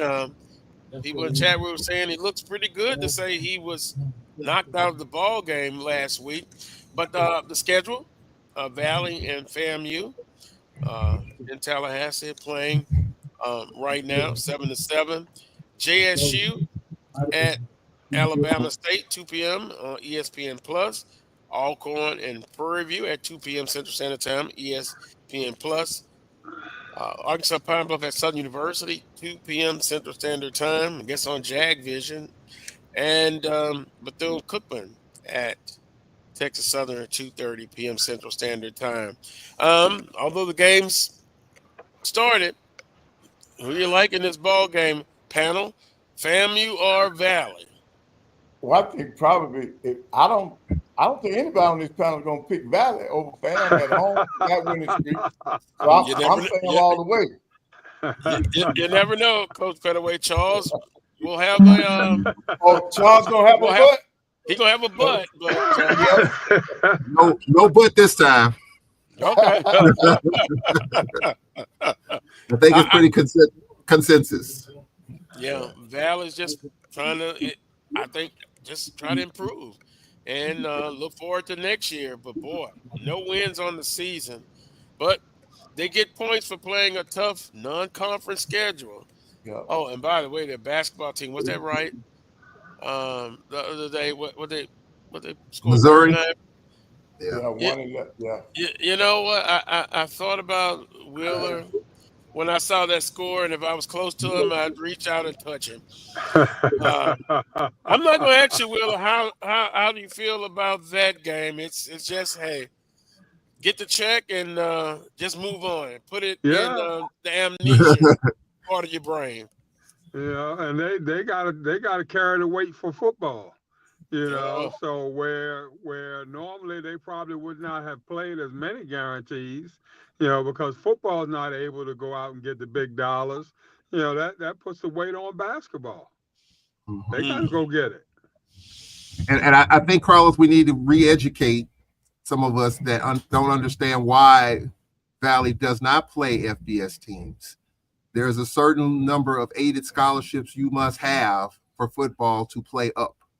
I think it's 56 or 57, 55, somewhere in the mid-50s. Yeah, and if you don't you gotta have 90% of the NCAA maximum over a 3-year period. Right. Okay. Yeah. Well, they obviously don't have whatever that number may be. Yeah. You know, 56, 58, whatever it is. Right. But it has to be sustained over a 3-year period. And if not, then it won't count. The game won't count for the team that you're playing. Correct. And so naturally, they're not going to play you. Yeah. Right. Well, and I just think that I'm not in the business, and I would never do this because I'm a product of an HBCU. I've been to Valley's campus, and they got upgrades with a new field turf and scoreboard. But if they could do it, if they could increase that to where they could play at Ole Miss or Mississippi State is within 2 hours of that campus, they probably would. But they haven't, and whether it's willing or able, don't know. But they obviously haven't done it. And until they do, you know, like Wheeler Brown said, basketball's got to carry the weight. Mm-hmm. And so, you know, for us, you know, Nate Kilbert talked about it the other night. He was, you know, we lost to Mississippi State. You know, we played Alabama the other night, and he said, look, let's make no bones about it while we're here. We're coming here to get the check. I'm coaching my team up to try to win this game, yes. And if we can be competitive, that's great. But we all know why we're here. And Landon Bussey kind of threw it out there as well. And I just think it's brutal honesty, whether we like it or not. And so that's a whole nother conversation. I know folks may not want to do. It's brutally wrong. See, I'm trying to be calm, Coach Pettaway. I know. You know, it's hard sometimes. So I'm going to implement a deep breathing exercise. Because, Coach Pettaway, I think me and you are on the same page with this. I just, okay. Let me just move on. It is what it is, but my God. That's just another ugly side of sports on our level.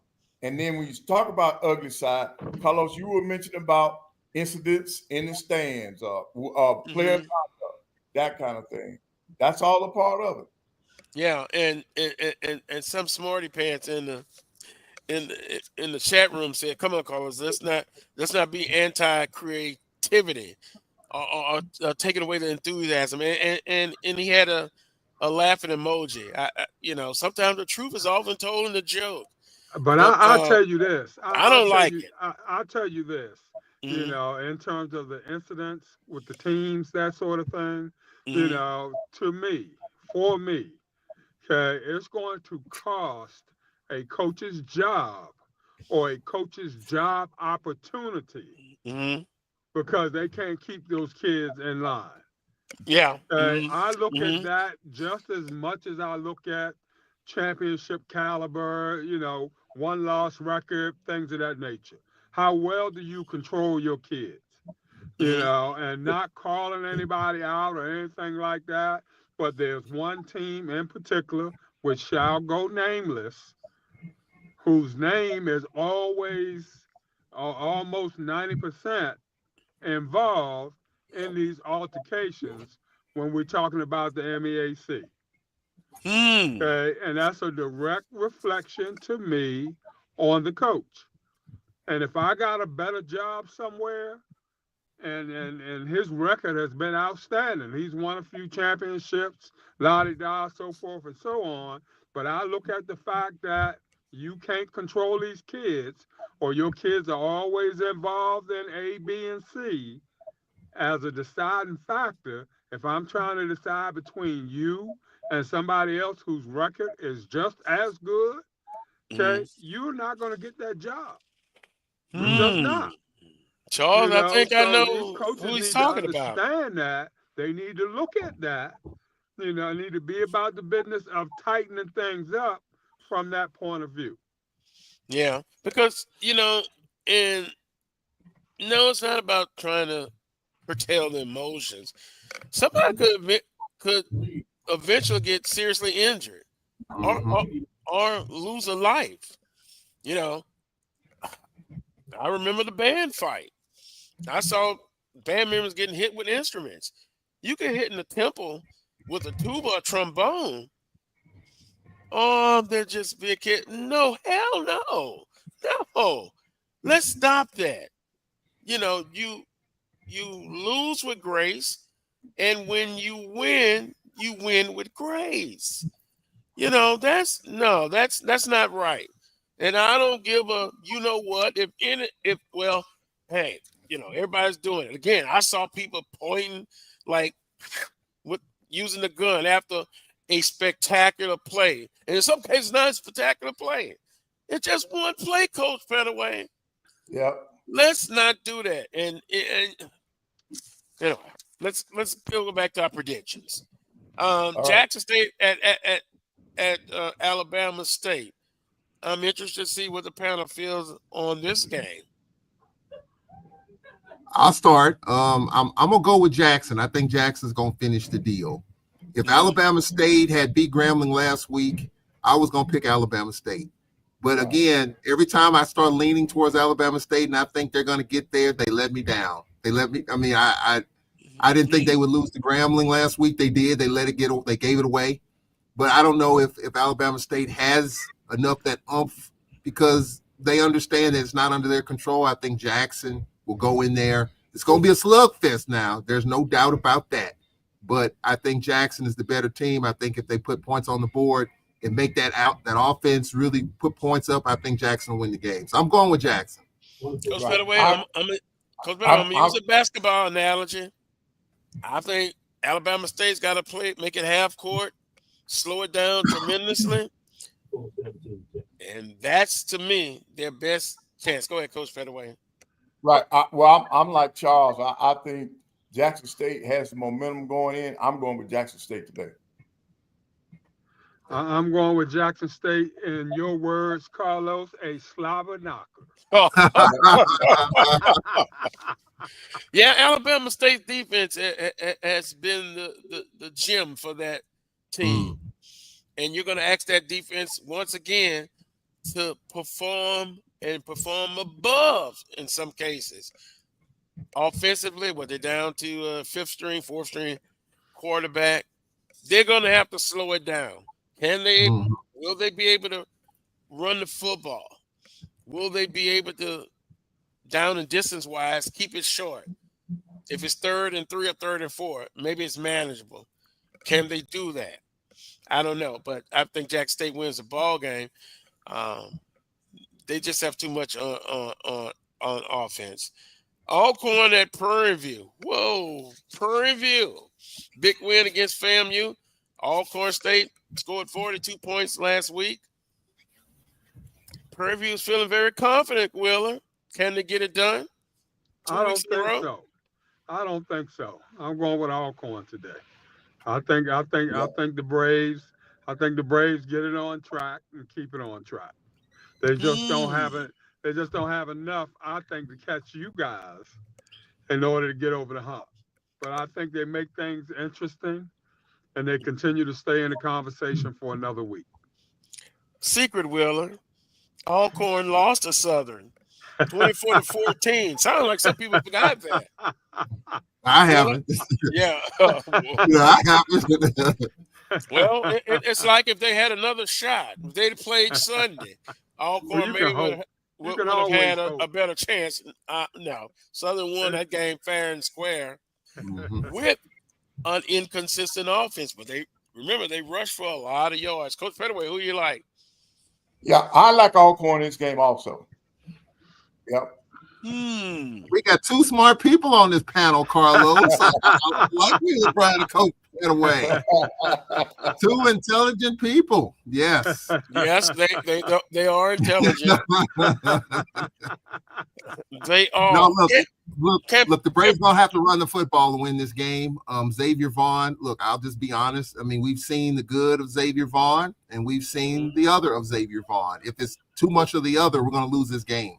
If Xavier Vaughn can protect the football, not throw interceptions, run the football, we got a plethora of backs that you can hand it off to. Let our defense get to work. I think we can win this game. But if we're a turnover machine and this Prairie View team coming off a big win over FAMU at home at senior day, I think it could be a tough day for us. And then we would be out of the conversation at that point come 5 o'clock. But I think the Braves will find a way. Well, when I look at Alcorn, offensive inconsistency, it's like looking at Southern. What quarterback play you going to get? Is it going to be decent? And then, to me, you simply load the box on Prairie View, and you force them to beat Alcorn, throwing the football. And if they can do that consistently and successfully, then you live with that. I'm going to go against the grain. I like Prairie View to get it done because they're going to do exactly that. They're going to force Mr. Vaughn to beat them throwing, and they're going to spy him. Hell, he could be the best running back, and he's a quarterback on the team. In the offseason, Alcorn has to settle that offensive instability. They heard Carlos picking Alcorn. No, not really, Michael. I'll stand on my own, even if I'm the last man shouting. Prairie View will win. I think it'll be 31-28. High scoring game. Yeah. Carlos, I like your pick. Thank you. But Bill Cookman at Texas Southern, wow. We saw a team that took Southern to 5 overtimes. They're on another long trip, their longest trip of the season. I think they're going to be tired, both mentally and physically. Texas Southern wins this ball game to me, and I like it something like 28-17. Coach Pettaway? Yeah, I'm going Texas Southern also. I think Texas Southern will win this game. Charles? Yeah, I got Texas Southern. I saw some good things with that team last week. Offensively, I thought they had some good stuff, but we just wore their defense down. We just took them to task with our running game. But I think Coach Dishman's got some stuff going there. I got Texas Southern. And last but not least, Willa Brown. I go Texas Southern, going with the home team. If this game was in Daytona Beach, I might be taking Bethune. But I got to go with the home team on this one. Yeah, I understand. That's the predictions for week 12. We got about 6 minutes left. Once again, congratulations to the Southern University women's soccer team. They're going to be playing Mississippi State. First time in team history, their first SWAC tournament champion. Coach Fontenot has done an excellent chance. Thanks a lot, Mr. Carey. FAMU 10, Valley 7 in the second quarter. Be not dismayed. FAMU will still win that ball game when the second half comes. Now, back to North Carolina Central, if you didn't see it, in Howard. It was a melee after the game. North Carolina Central won. Coach Wheeler, I kind of think I know what team you're talking about. That's always been in it. And then you had an incident last week with Prairie View and FAMU. The conference, SWAC conference, has led fines. And also, they fined some players not playing today. We'll see what the MEAC has to do. But if I'm the commissioner and I'm not, I'm making a big statement. I'm coming down. I will penalize them as much as the law allows me to. Conference laws. You have to applaud Dr. McClellan for getting right on it. You know, he did not delay. You know, his punishments was swift and hard. And, you know, he went on and put it out there and let it be known in no uncertain terms that it was not acceptable. You know, now we'll see, you know, if the MEAC follows suit. And, you know, I mean, it is what it is on that one. You can't allow that to happen. As Charles stated, somebody's going to seriously get hurt at some point in time, you know, and then, you know, you're talking about a full-blown front page news story, that sort of thing. You know, HBCUs can't control themselves and, you know, all the little negative idiosyncrasies that go along with that, you know, with that narrative. And we don't want that. No. And in light of what is going on politically in this country, we got to take care of ourselves. And we have to do the right thing. As I said earlier, you win with class, Coach Pettaway. You lose with class. Right. And you know, we just can't have that. That's not a good look. We got about less than 4 minutes left. Coach Pettaway, from a coaching standpoint, and Wheeler just relayed what he thought from an administrative standpoint. From a coach's perspective, and some people on social media said the coaches have to get a hold of this and address that to the team, that we can't have these kind of incidents. And, you know, look, it happens all throughout college football, not just at HBCUs. Don't get me wrong. But I don't care about the other side. We've got to do a better job of getting a handle on this. I don't want to see any players in front of the camera, you know, doing this, all that. Come on. Maybe do this. They use a point. How about get your go back to in the huddle? I'll take that too. I'll take that too, Will. Great play. How about get in the huddle and let's get ready for the next play? Well, you know, Coach Thomas has a thing. Well, Coach Thomas has a thing. If you get penalized for celebration, you're done for the game. You know, he doesn't want that. And we had a situation that happened, you know, the other game, but we looked at the film. It wasn't correct, so he stayed in the game. But Thomas has said, you get called for celebration, 15 yards, you cost us 15 yards, something like that, you're not playing the rest of the game. Right. Well, on and off the field, you coach, you got to try to instill in your kids to do it the right way. The incidents after the game, that you just cannot have that. And see, the coach needs to step in before the commissioner steps in. Let the you put some punishments in place for behavior like that. Now, as a coach, that could only happen to me one time. You know, you can never say never, But I promise you, if it happens to be one time, I will do my own punishment before the administration has to do it or the conference has to do it. And you, as the coach, are sending a message to the rest of those players, hey, that we're not accepting that. Carlos, you all know I was no nonsense. If you got a technical foul, your butt was gonna sit down for the rest of the game. So get it in the first 2 minutes of the game. You don't play anymore. Now that sends a message to the rest of the team. Hey, he's not gonna play that. Don't do that. And you just got to establish that culture. So that comes from the coach. You got to do that. Yeah. And don't get me wrong. We're not saying that you don't protect your kids. We're not telling our kids not to protect their teammates or anything such as that. That's not what we're saying.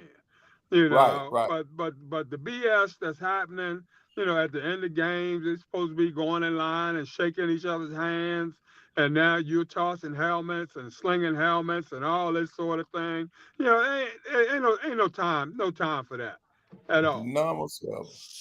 Well, on that note, because you represent the university, your families, yep. Right. And so let's get a handle on it. Let's not have many more of those incidents. Well, I want to thank Mel, our producer. I want to thank all of the guests, panel, people in the chat room. We appreciate you. Make sure you tune in next Saturday at 11 a.m. Central Standard Time for another edition of the Coles Brown Show right here on the Black College Sports Network. Until next time, peace and God bless.